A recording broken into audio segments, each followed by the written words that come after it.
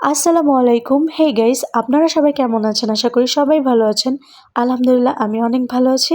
Welcome to my another blog. আজকে আমি আর প্রীতি গিয়েছিলাম স্মৃতির চশমা আনতে, কারণ এটা ওই দিনই বানাতে দিয়ে গিয়েছিলাম যেদিন ওকে আমি ডাক্তার দেখাতে এসেছিলাম। তো যেহেতু হয়ে গেছে আজকে আমি নিয়ে গেলাম। তো এখন আমি এখান থেকে চলে যাব আগে যেখানে ছিল সনি সিনেমা হল সেখানে। তো লিফটে করে আমি নিচে নামছি, তার আগে আমি সেইলরে গিয়েছিলাম। তো ওইখানে গিয়ে ওর একটা টপস পছন্দ হয়েছে, দেখেন কত সুন্দর না, পার্পল কালার। তো ওরও অনেক পছন্দ হয়ে গিয়েছে। তো এইখান থেকে আমরা চলে আসলাম হচ্ছে সিনেমা হলের সামনে। তো ওই দিক দিয়ে ওকে একটা ভিডিও করলাম আর কয়েকটা ছবিও তুলে নিয়েছিলাম। তো ও আমাকে তখন বায়না করতেছিল, প্লিজ প্লিজ চলো আমরা মুভি দেখি মুভি দেখি। তো আমি বললাম আমরা তিনজন একসাথে এসে তারপর একদিন মুভি দেখব, আজকে অনেক রাত হয়ে গেছে বা বেশি সময় চলে যাচ্ছে। তো ওকে বললাম কয়েকটা ভিডিও করে দিতে, আমাকে ভিডিও করে দিল, ওরও কিছু ভিডিও করে দিলাম, ছবি তুলে দিলাম। তো এই জায়গাটা খুবই ভালো লেগেছে, এই জায়গাটা আমি একবারও আসিনি। তো এই যেই আমি প্রথম আসলাম, এর উল্টা পাশে আমি ঘুরেছি বাট এই সাইডে আসতে পারিনি। তো আজকে এসে দেখে গেলাম।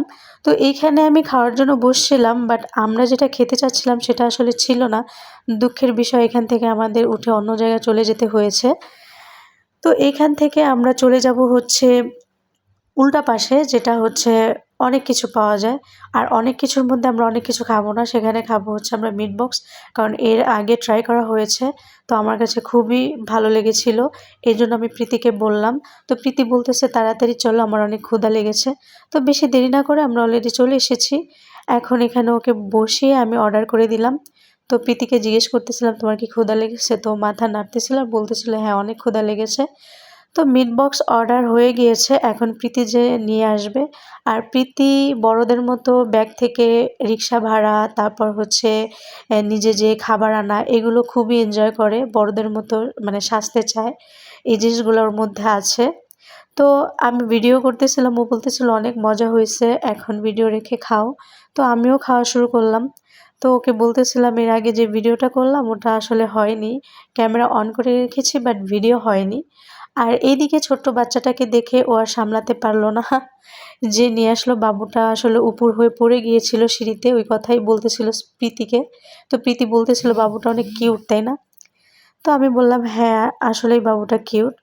আর তারপর আমরা দুজনের ছবি তুলেছিলাম, সেই ছবিগুলো আপনাদের সাথে লাস্টবার শেয়ার করলাম।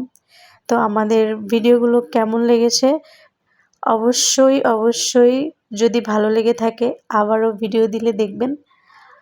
আবার আপনাদের জন্য নিয়ে আসব নতুন কোনো ভিডিও, সেই পর্যন্ত অপেক্ষা করবেন।